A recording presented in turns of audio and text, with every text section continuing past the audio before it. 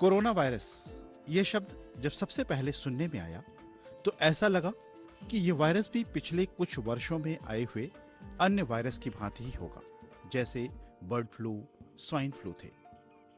जब हमारे देश में भी इस संक्रमण के कुछ मामले आए तो सरकार ने भी इस पर ध्यान देना शुरू किया। लोगों को सोशल डिस्टेंसिंग, हैंड वॉश करने और सैनिटाइजेशन जैसी चीजों को अपनाने के लिए कहा। लेकिन कोरोना के बढ़ते हुए मामलों को देखते हुए भारत सरकार ने 24 मार्च 2020 को पूरे देश में संपूर्ण लॉकडाउन लगा दिया। लॉकडाउन के लगते ही पूरा देश एक ही झटके में रुक गया। लोगों के घर से बाहर निकलने पर रोक लगा दी गई। ऑफिस, स्कूल, दुकानें, शादी ब्याह सब रुक गए। एक तरह से कहा जाए तो लॉकडाउन में पूरे देश में हर प्रकार की गतिविधियां ठप हो गई। छोटे छोटे बच्चे जो प्रतिदिन स्कूल जाते थे अब घरों में कैद हो गए। उनके शैक्षणिक क्रियाकलाप भी पूरी तरह से बंद हो गए। शिक्षा व्यवस्था पूरी तरह से प्रभावित हो चुकी थी। ऐसे में स्कूलों ने ऑनलाइन कक्षाएं शुरू की। ऑनलाइन कक्षाएं शुरू होने के बाद ही बच्चों ने किसी तरह से पढ़ना शुरू किया। लेकिन फिर भी स्कूल जाकर पढ़ने जैसा एहसास तो नहीं हो पाता था। निसंदेह शिक्षकों ने अपनी क्षमता से बढ़कर अपना सर्वश्रेष्ठ देने का प्रयास किया, परंतु कक्षा में पढ़ने जैसा एहसास तो घर में रहकर नहीं हो पाता था। पढ़ाई के साथ साथ अन्य गतिविधियां जैसे खेलकूद, वाद विवाद व अन्य प्रतिस्पर्धाएं जो बच्चों के सर्वांगीण विकास के लिए आवश्यक होती हैं, वो भी इस महामारी के समय में प्रभावित हो गई थी। महामारी का असर कम होने पर जब कई चरणों में स्कूल खुलने शुरू हुए तो शुरुआत में तो विद्यालयों में बच्चों की उपस्थिति कम थी, क्योंकि अभिभावक भी बच्चों को विद्यालय भेजने में हिचक रहे थे। लेकिन जैसे ही छोटे बच्चों और किशोरों के लिए वैक्सीन बनी और लगनी शुरू हुई तो बच्चों ने टीका लगवाकर बड़े ही जोश के साथ विद्यालयों में आना शुरू कर दिया। और एक बार पुनः विद्यालयों में पठन पाठन के साथ साथ अन्य गतिविधियां शुरू हो गईं और विद्यार्थियों के मन में जो महामारी का भय था वो कम हो गया। नन्हे मुन्ने और किशोर विद्यार्थी पहले की तरह अपने दोस्तों से मिलकर खुश हो गए और गुरुजनों के साथ महामारी के पहले वाली वही कक्षाएं फिर से एक नए जोश और उमंग के साथ शुरू हो गई। हेलो दर्शकों, अभी आप सभी ने देखा सन 2019 के अंत में और 2020 के आरंभ में पूरे विश्व ने एक अभूतपूर्व त्रासदी का सामना किया। वुहान वायरस कोविड-19 ने पूरी दुनिया को अपनी चपेट में ले लिया और इस परीक्षा की घड़ी में बहुत सारे लोगों पर असर हुआ, खास तौर पर वो जो बीमार थे, बुजुर्ग और हमारे बच्चे।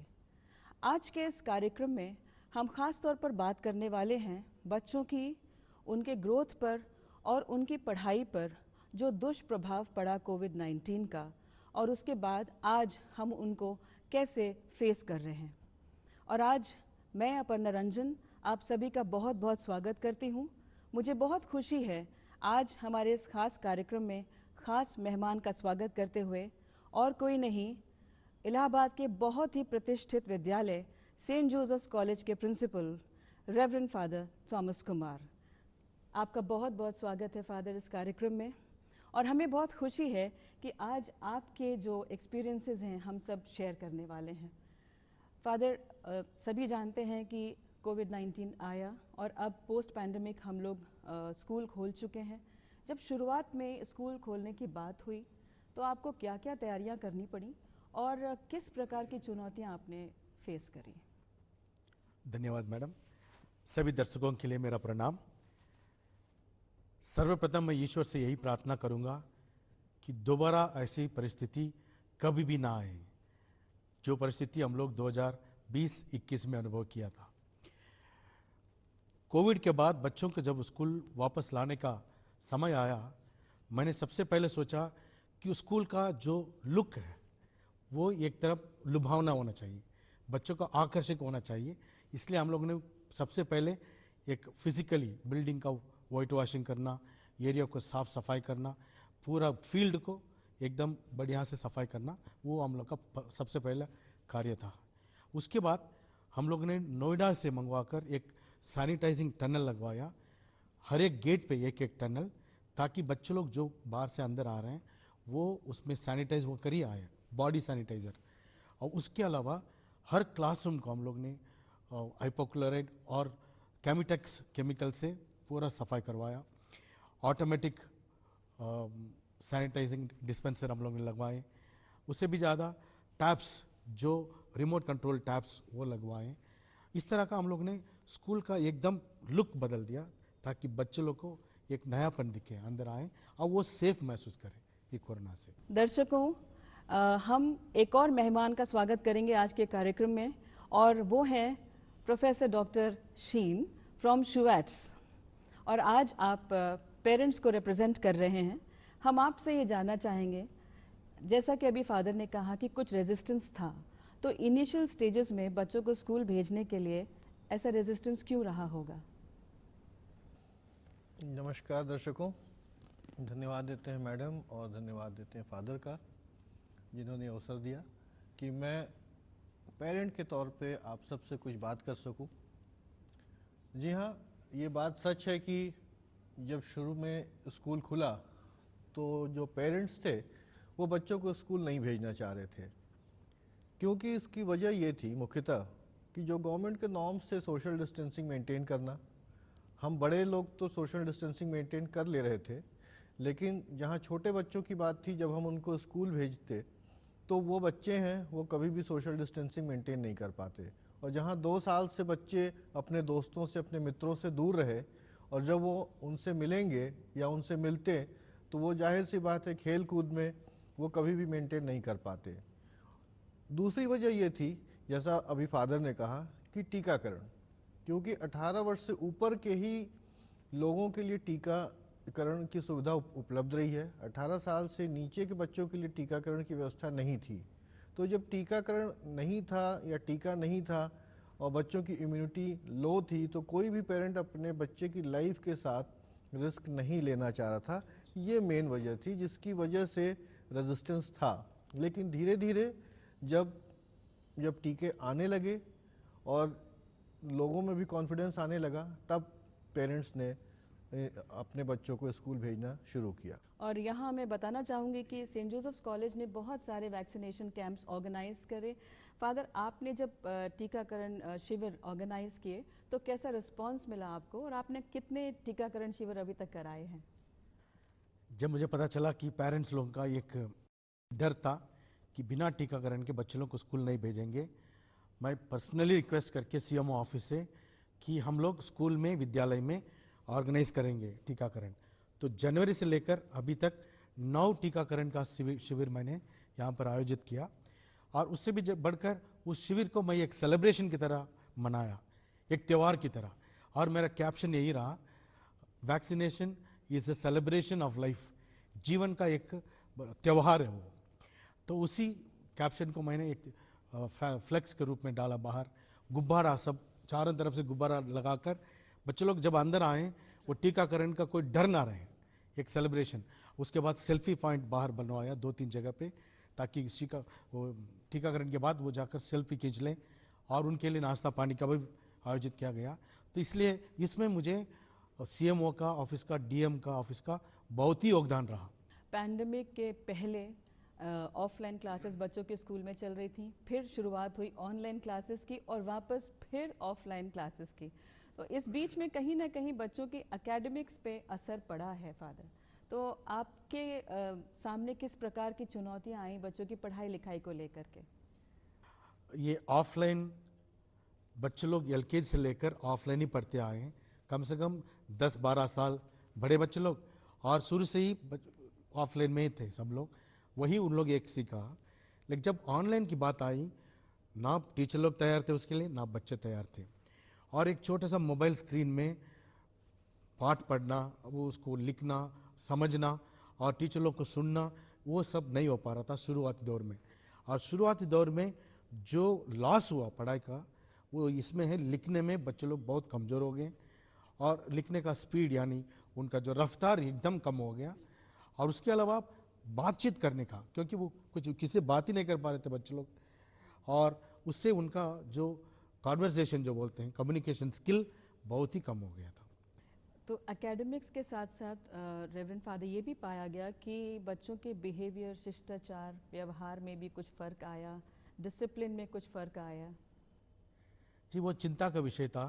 अप्रैल में जैसे स्कूल खुला था, जो आपस में खेलते थे, आपस में बैठते थे, वो एक दूसरे से अजनबी जैसे व्यवहार करने लगे।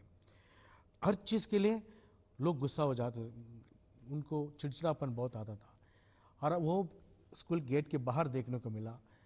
तो मैंने सोचा कि कहीं ना कहीं स्पेशली कुछ बच्चों में जो 13 साल से 15 साल की उम्र के बीच में थे, वो तनावपूर्ण महसूस हो रहे थे। हर बात के लिए गुस्सा, हर बात के लिए लड़ाई करने के लिए तैयार हो जा रहे थे, वायलेंट हो गए थे।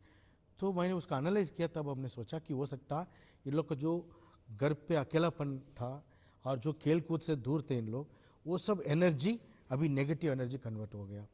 तो सबसे पहले उसको निकालने के लिए मैंने स्पोर्ट्स एंड गेम्स पर जोर दिया। Inter class matches, inter section matches, football, यहाँ तक कि एथलेटिक मीट मैंने अप्रैल में करवाया। बच्चे लोग दौड़ करवाया था, रनिंग रेस, ताकि बच्चों को लगे कि हाँ हम कुछ कर रहे हैं, और उनके लिए सर्टिफिकेट भी देने लगे। और उससे भी बढ़कर मैंने सोचा इनको एक तरह का काउंसलिंग अरेंज करना, साइकोलॉजिकल काउंसलिंग।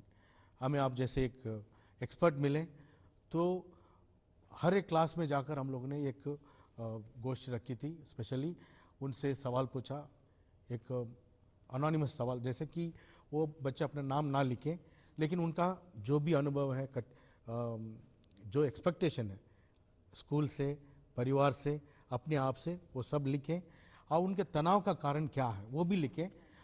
तो उसको जानकर अभी तक हम लोग 21 शिविर लगाए हैं, जो साइकोलॉजिकल काउंसलिंग सेक्शन वाइज अपने अपने एज ग्रुप का, अपने अपने क्लास बच्चों के साथ एक साथ बैठाकर हम लोग इसी हॉल में किए। तो उसमें बहुत बदलाव आया बच्चों में, बहुत फ़ायदा हुआ। जी mister Sheen Moses, as a parent हम आपसे ये जानना चाहेंगे कि कुछ बच्चों में हमने ये देखा कि डिसिप्लिन के इश्यूज हुए, तो ऐसा क्यों हुआ? घर में क्या पेरेंट्स उतना ध्यान नहीं रख पाए? ऐसा नहीं कहेंगे कि घर में पेरेंट्स ध्यान नहीं रख पाए, लेकिन ये जैसे कहा जाता है कि man is a social animal, और ये बात बिल्कुल सही है कि जब तक सोशल दायरे में इंसान नहीं रहता है तब तक उसका ऑल राउंड डेवलपमेंट नहीं होता है। और एक बच्चे के ऑल राउंड डेवलपमेंट के लिए 2-3 कंपोनेंट्स हैं जो कि मैं समझता हूँ ज़रूरी हैं। एक तो उनकी फैमिली यानी कि पेरेंट्स, दूसरा सिबलिंग्स, भाई बहन उनके, और तीसरा उनके फ्रेंड्स एंड स्कूल। तो जब तक ये तीनों चारों कंपोनेंट बराबर तरीके से उसको नहीं मिलते हैं बच्चे को, तब तक उसका ऑल राउंड डेवलपमेंट या यूँ कहिए कि बैलेंस डेवलपमेंट नहीं होता है।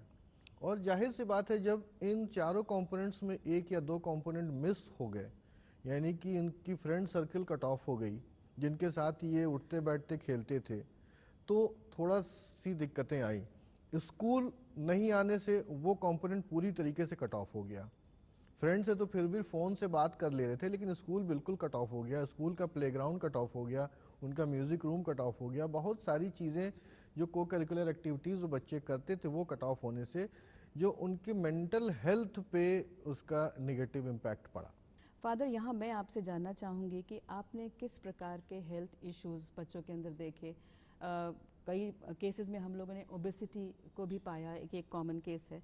तो आपकी क्या स्ट्रैटेजी रही बच्चों के ओवरऑल हेल्थ, फिजिकल और मेंटल वेलबींग को इंश्योर करने के लिए?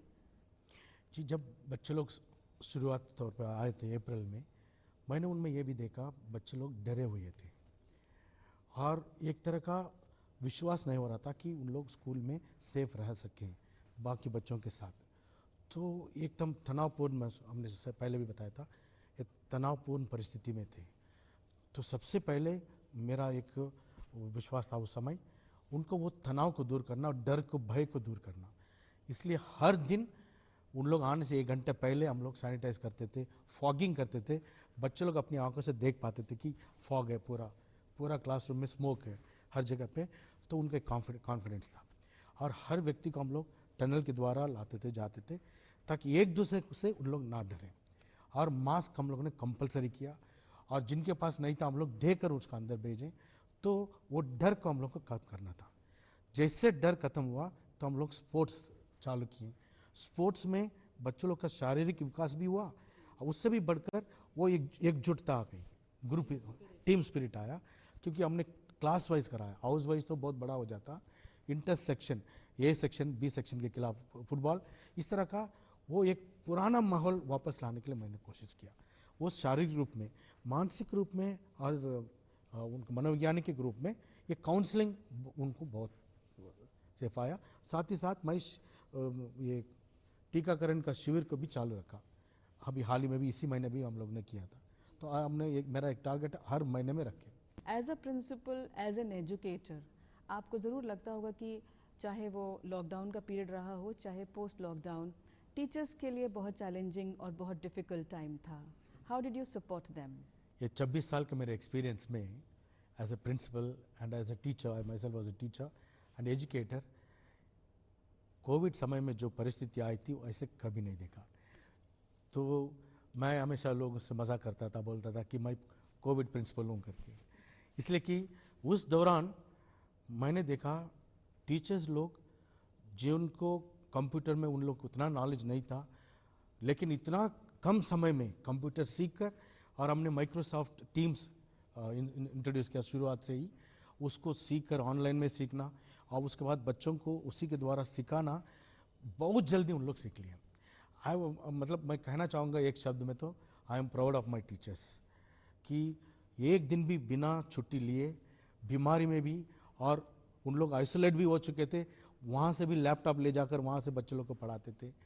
कितने टीचर लोग पढ़ाते पढ़ाते नीचे गिर जाते थे, बेहोश हो जाते थे, लेकिन उन लोगों ने कभी नहीं छोड़ा, क्योंकि स्कूल का नाम किसी भी कीमत पर उन लोग नीचे नहीं गिराना चाहते थे।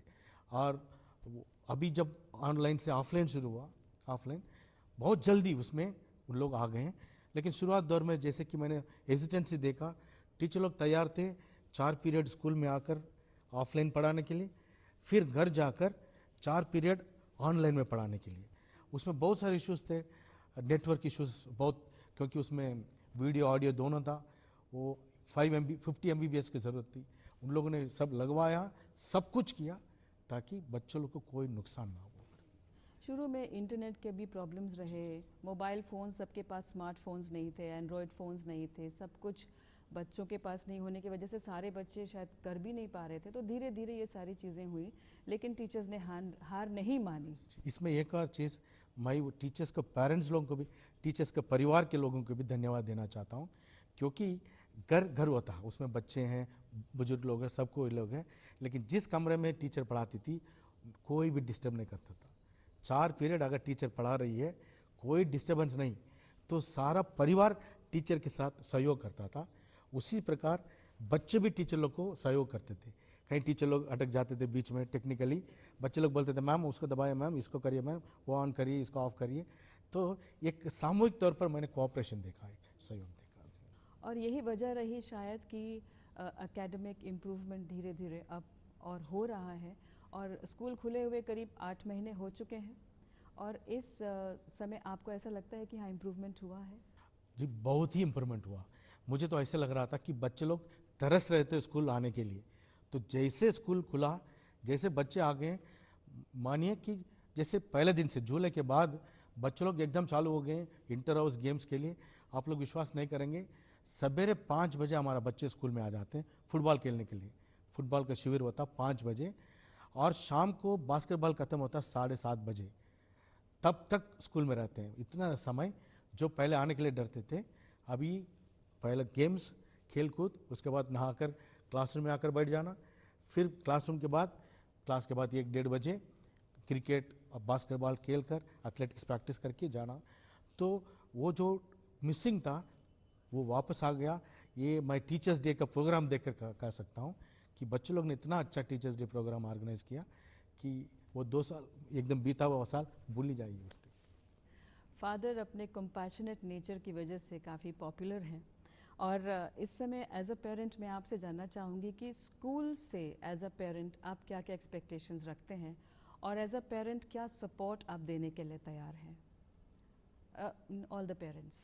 हाँ, देखिए, स्कूल से जो एक्सपेक्टेशंस हैं और जो सपोर्ट की बात है, तो एक दो एक्सपेक्टेशंस हैं, क्योंकि मतलब this is the post pandemic time, और जो सबसे मेजर इश्यूज आए, जैसा कि हम लोगों ने पहले भी डिस्कस किया, कि पहले पेरेंट हेजिटेट कर रहे थे just because of safety issues. तो हम स्कूल से ये एक्सपेक्ट करते हैं कि पूरे कैंपस में सेफ्टी और सिक्योरिटी को इंश्योर करना चाहिए। तो दूसरी, जहाँ तक सपोर्ट की बात है, हम में से हर पेरेंट के लिए ये ज़रूरी है कि जब टीचर्स पढ़ाते हैं, उनकी कॉपीज़ को चेक करते हैं, उस पर रिमार्क लिखते हैं, तो पेरेंट्स एटलीस्ट उसको घर पे देखें एक बार कि टीचर्स ने क्या लिखा है, और अपने बच्चे से बातचीत करें। बच्चे से बातचीत करने से समझ में आता है कि हाँ, उसे स्कूल में अगर कोई प्रॉब्लम है तो उस चीज़ को वो दोबारा अपने टीचर से कर सकते हैं पेरेंट टीचर मीटिंग में। इस तरीके से हम लोग एक कंड्यूसिव माहौल क्रिएट कर सकते हैं अपने बच्चों को के डेवलपमेंट के लिए, ताकि उन्हें किसी भी प्रकार की कोई प्रॉब्लम्स ना आए। क्योंकि इन 2 सालों में जाहिर सी बात है, जो उनके मेंटल हेल्थ पे जो नेगेटिव इम्पैक्ट पड़ा है, वो पेरेंट और टीचर दोनों मिल करके जब हम साथ साथ चलेंगे कंधे से कंधा मिला के, तो हमें पूरा विश्वास है कि हम बच्चों को वापस अपने ओरिजिनल हम अपने तौर तरीके पर ले आएंगे, ताकि जब ये बच्चे पढ़ाई लिखाई करते हैं तो हमारे देश का, हमारे स्कूल का नाम रोशन कर सकें। चाहे वो स्कूल हो, टीचर्स हो या पेरेंट्स हो, सबका एक ही एम है, welfare of the child, welfare of the child और उसकी हेल्दी ग्रोथ।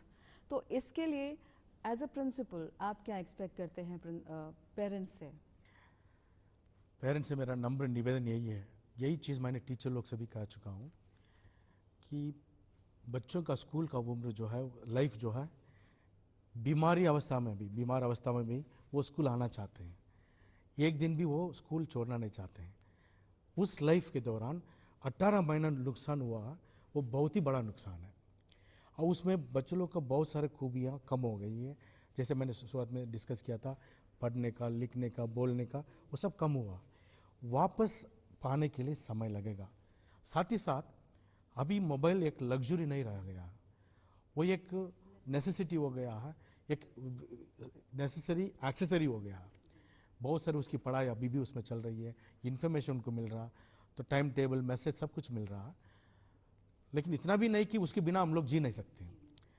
तो कब उसकी इस्तेमाल करना, कब नहीं करना, इसे बच्चे लोग समझें।